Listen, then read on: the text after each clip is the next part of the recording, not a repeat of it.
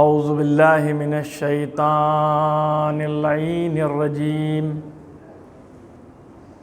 بسم اللہ الرحمن الرحیم الحمد للہ رب العالمین الصلاة والسلام علی اشرف الانبیاء والمرسلین حبیب الہ العالمین النبی المؤید الرسول المصدد المحمود الاحمد المصطفى الامجد بالقاسم المصطفى محمد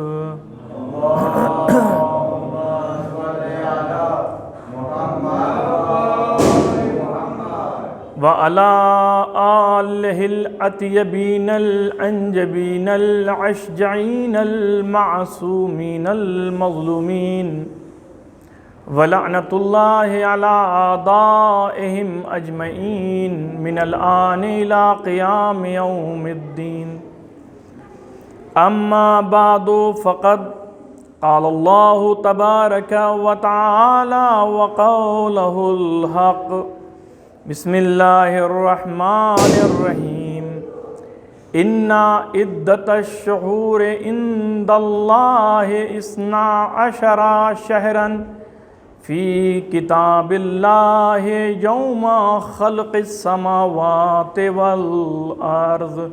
صلوات بھیجے پر محمد و آل محمد۔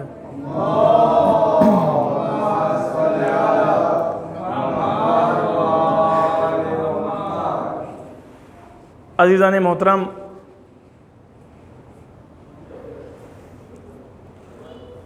آج عید زہرہ کی فرحت الزہرہ کی مناسبت سے جو خوشحالی ہے، اس کی آپ سب کی خدمت میں تبریک مبارکباد پیش کرتے ہیں۔ اور علی بھائی جو اس وقت بیمار ہیں، علیل ہیں، ماشاءاللہ سے مولائی ہیں، انہوں نے بھی اس عید کی مبارکباد آپ لوگوں کے لیے کہی ہے باقاعدہ، اور اپنی صحت یابی کے لیے دعا کے لیے کہا ہے۔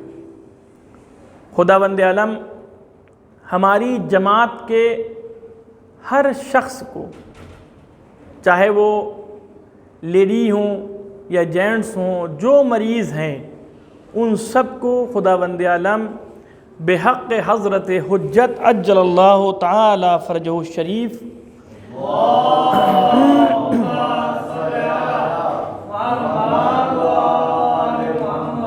صحت کامل و عاجل عطا فرمائے۔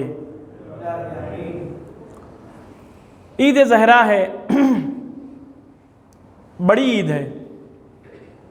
آج زیادہ بیان نہیں کروں گا، بس بہت جلدی اتروں گا، ایسا کوئی ٹینشن بالکل نہ لے، کیونکہ آج ہمارا دن نہیں ہے، آج آپ لوگوں کا دن ہے۔ قصیدے پڑھیے، خوشی منائیے، بچیاں ہیں خواتین میں ماشاءاللہ سے، جو ہم لوگوں کو کام کرنا چاہیے وہ لوگ کر رہی ہیں۔ اس کا مطلب یہ ہے آج کے پٹاخوں نے ایک چیز کو ثابت کر دیا کہ ہر میدان میں لیڈیز جو ہیں وہ آگے ہیں، ہم لوگ سب پیچھے ہی۔ صلوات سے پر محمد و آل محمد۔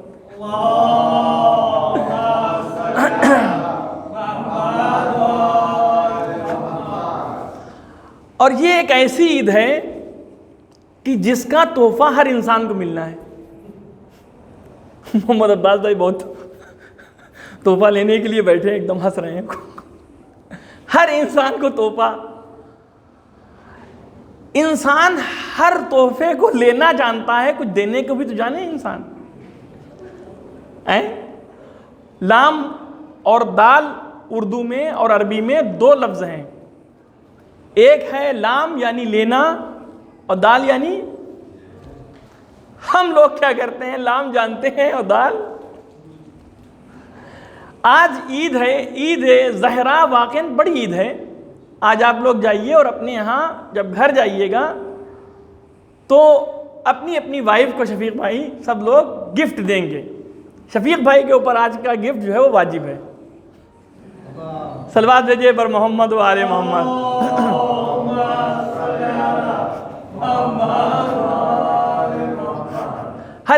ہر جتنے مومنین ہمارے ہیں, شریف بھائی بیٹھے ہوئے ہیں, علی رضا بھائی بیٹھے ہوئے ہیں, علی عباس بھائی کہیں اس وقت سیر میں ہیں, جو لوگ بھی ہیں, اور بعض ایسے لوگ ہیں کہ جن کو عیدی ملنا ہی نہیں ہے. پانی پیاسا ہے لیکن کنواں موجود ہی نہیں, کہاں سے پانی پی لے گا. ایسے بھی لوگ اپنے یہاں موجود ہیں اس وقت. تو بہرکیف لیکن عیدی جو ہے وہ ٹیلی فون کے ذریعے سے بھی دی جا سکتی ہے, اور انسان دیتا ہے. خوشی ایسی خوشی ہے کہ جو تاریخ انسانیت میں جس کی ویلیو ہے, جس کی اہمیت ہے. خداوند عالم نے 12 درختوں کی معرفی پہچان اس قرآن مجید کی جو آیت کے میں نے تلاوت کل بھی کی تھی اور آج بھی, اس میں 12 درخت بتائے ہیں, 12 ماہ بتائے ہیں. 12 ماہ یعنی 12 منتھ. اور امام محمد باقر علیہ السلام نے جو فرمایا کہ اس آیت کے مصداق ہم اہل بیت ہیں, یعنی 12 امام اس کے مصداق ہیں. اور آج کا جو دن ہے وہ کئی لحاظ سے خوشی اس دن میں منائی جاتی ہے. ایک خوشی اس لیے ہم لوگ مناتے ہیں کہ عید زہرا ہے. عید زہرا, فرحت الزہرا کے معنی پتہ ہے کیا ہے؟ تاج پوشی امام زمانہ اجل اللہ تعالی فرجہ الشریف.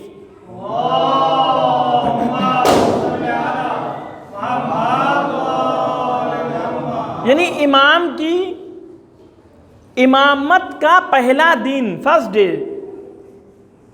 آج کا دن ہے. تاج پوشی امام زمانہ,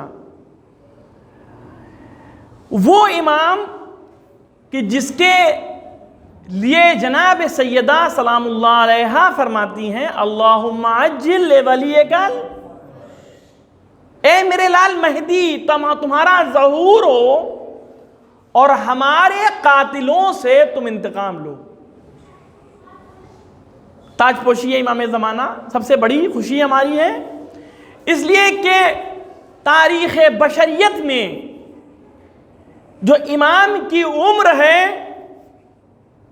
وہ بابرکت عمر ہے, اور وہ غیبت سے ہم سب کے اعمال کو دیکھ رہے ہیں. ایک سوال ہوتا ہے جو ماہ رمضان میں پیش آیا تھا کہ عید کے دن مجلس ہو جائے, مصائب ہوں. یہ یہاں کی بات نہیں ہے, اکثر جہاں کے اوپر یہ ایک فکر ہے. کیوں؟ کیونکہ امام علی کا 10واں ہے, وہ 10واں تھا, اور آج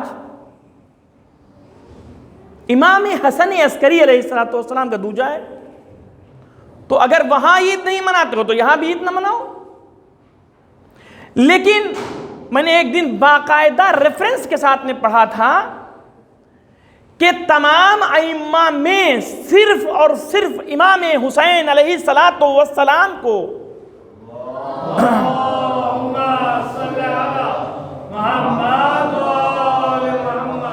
یہ شرف حاصل ہے کہ آپ کا 10واں بھی منایا جاتا ہے, آپ کا 20واں بھی منایا جاتا ہے, اور آپ کا 40واں یعنی 40 بھی. اس کے علاوہ کسی امام کا 30واں 40واں اور 50واں اور یہ سب نہیں ہوتا ہے. یہ صرف حضرت امام حسین علیہ السلام سے مخصوص ہے. جس سے مخصوص ہے اسے سے مخصوص رہنے دیں. یہ ایک پیغام تھا جو بہت ضروری تھا, امپورٹنسی تھی, اس کی لہذا دے دیا. تاج پوشی امام زمانہ آغاز امامت امام مہدی آخر الزمان کا دن ہے آج. دوسری خوشی کیا ہے؟ دوسری خوشی کیا ہے حسین؟ دوسری خوشی یہ ہے کہ عمر سعد لعنت اللہ علیہ کا اور عبید اللہ ابن زیاد کا سر امام سجاد کے خدمت میں جناب مختار ثقفی نے پیش کیا۔ تیسری مناسبت کیا ہے جس مناسبت کا ہم لوگ اہتمام کیے ہوئے باہر بھنڈارا لگائے بیٹھے ہیں؟ یہ جو مناسبت ہے یہ صفویوں کے زمانے میں، یعنی یہ ائمہ معصومین کے زمانے میں تھا ہی نہیں یہ، اس لیے کہ ہسٹری کے اعتبار سے قاتل جناب سیدہ سلام اللہ علیہا یعنی خلیفہ، میں شاعری میں کرتا نہیں 1 2 3 کی بات، تو جو خلیفہ دوم کے مرنے کا، واصل جہنم ہونے کا جو دن ہے اس کو ہم لوگ آج کے دن منا لیتے ہیں۔ یہ تقریباً غلط ہے۔ کہاں سے یہ سٹارٹ ہوا ہے میں آپ کو بیان کروں گا، ریفرنس کے ساتھ میں آئے، جو کوئی جس کو بھی ریفرنس چاہیے میں اس کو دوں گا۔ یہ جو قاتل حضرت سیدہ تھے، یہ جو واصل جہنم ہوئے ہیں 26 ذی الحج یا 27 ذی الحج، جناب ابو لولو کے وار سے یہ زخمی ہو گئے، گھائل ہو گئے، اور جو چاقو کھینچا ہے پیٹ میں تو آتے بھی تاریخ میں ملتا ہے کہ آتے باہر آ گئی تھی ان کی، ٹھیک ہے۔ غلط کا حشر بھی برا ہوتا ہے، برا جو ہے وہ برائی دیکھے گا، جیسا کیا ویسا بھرا، کم بھرا اور بھرتا، وہ تو امام زمانہ کے جب ظہور ہوگا تب اس کی بھرپائی ہوگی اس دن۔ 26 یا 27 3 دن تک کی یہ رگڑتے رہے، کیڑتے رہے، اور 3 دن کے بعد واصل جہنم، یعنی 3rd ڈگری کا جو استعمال کیا ہے ان کے ساتھ میں وہ جناب ابو لولو نے کیا ہے۔ دورہ صفویہ، صفویوں کا جو زمانہ جب آیا ہے، صفویوں کا زمانہ بہت لمبا زمانہ دور نہیں ہے، زمانہ جناب علامہ مجلسی کا زمانہ اور صفویوں کا زمانہ تقریباً ایک ہے۔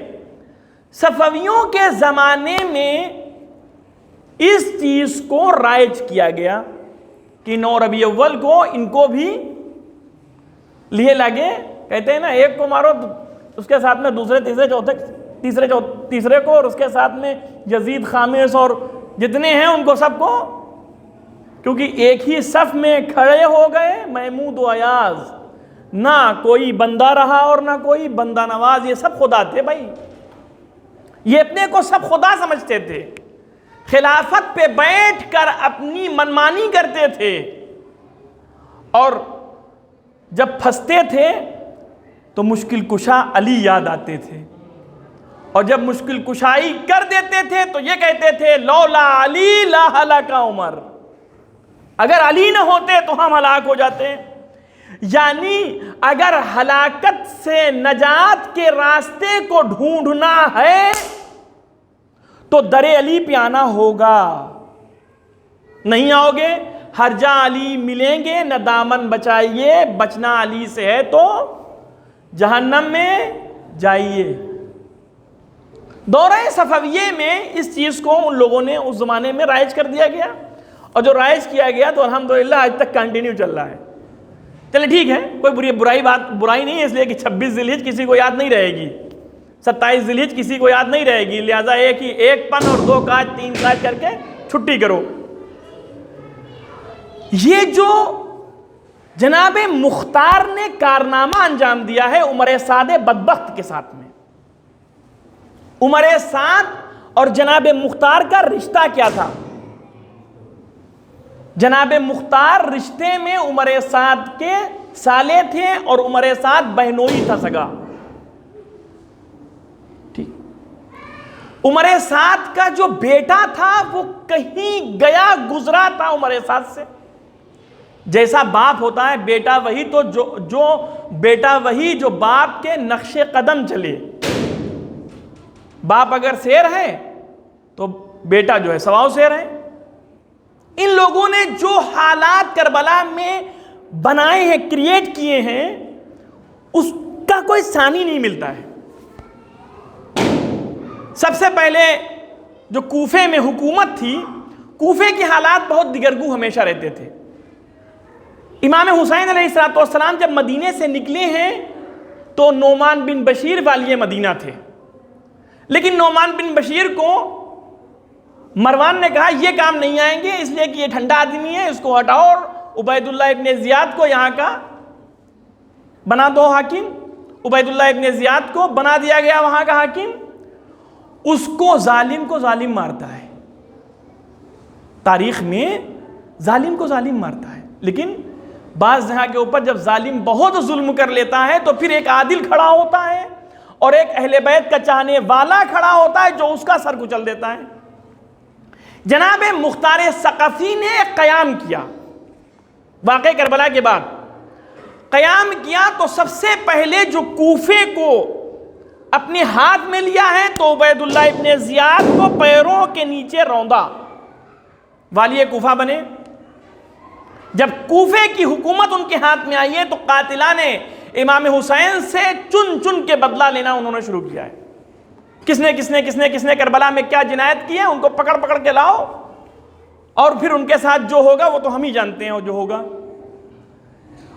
جناب ابراہیم بن مالک اشتر کو جب پتا چلا کہ جناب مختار ثقفی یہ قیام کے بعد میں کربلا کے قاتلوں سے بدلہ لے رہے ہیں، تو چونکہ جناب ابراہیم بن مالک جو تھے جناب ابو الفضل عباس کے بہت پکے دوست تھے، جس طریقے سے امیر المومنین اور جناب مالک اشتر تھے ویسے ہی ابراہیم بن مالک اور جناب عباس علیہ السلام دوست تھے، بڑی چولہ داں بچپن کی دوستی۔ جب جناب ابراہیم بن مالک کو پتہ چلا ہے کہ جناب عباس کو شہید کر دیا گیا ہے تو جناب مالک کو وہ غصہ آیا ہے ابراہیم بن مالک کو، اور انہوں نے کہہ دیا کہ جب اس وقت تک میں آرام سے نہیں بیٹھوں گا جب تک عباس بن علی اور شہدائے کربلا کے قاتلین سے بدلہ نہ لے لوں۔ اور یہ مختار ثقفی کے قیام میں کے بعد جو ہے مختار ثقفی کے ساتھ میں ہوئے، اور ہونے کے بعد میں عمر سعد کو ذرا سے ڈیلے ہو رہا تھا اس کو مارنے میں، عمر سعد سے انتقام لینے میں تھوڑا سا ٹائم لگ رہا تھا۔ جناب ابراہیم بن مالک نے کہا سب سے پہلے جو کام کیا جائے گا اس حکومت میں وہ یہ ہوگا کہ عمر سعد کے سر کو لایا جائے۔ پھر جناب مختار نے عمر سعد کو گھیرا اور وہ بیٹا آیا دہائی دینے کے لیے، لیکن جناب مختار نے کہا نا جیسی کرنی ویسی باپ نے تیرے، اور نے جو جنایت کی ہے اس کا پھل تو یہ تجھ کو، اس کی سزا تو یہی ملنا ہے۔ اور جس وقت عمر سعد کا سر جناب مختار ثقفی نے امام سجاد علیہ السلام کی خدمت میں پیش کیا ہے تو امام فرماتے ہیں اللہ کی رحمت نازل ہو مختار پر، خداوند عالم اس کو اس کا پھل دے، اجر دے، اور اس کو راہ مستقیم عطا کرے۔ یہ جناب یہ ہمارے اور آپ کے چوتھے امام فرماتے ہیں۔ مولا کائنات امیر المومنین حضرت علی ابن ابی طالب علیہ السلام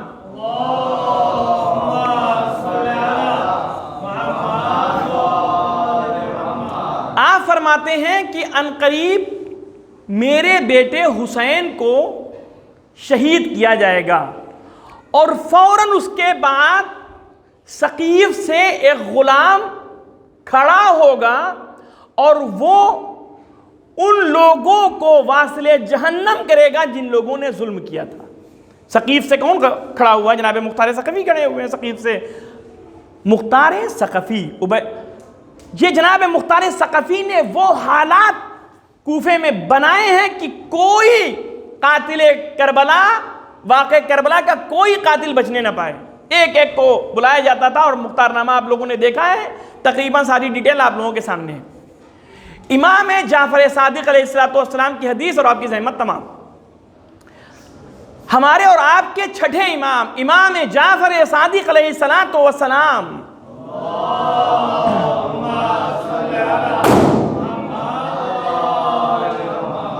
آپ فرماتے ہیں کہ ہم بنی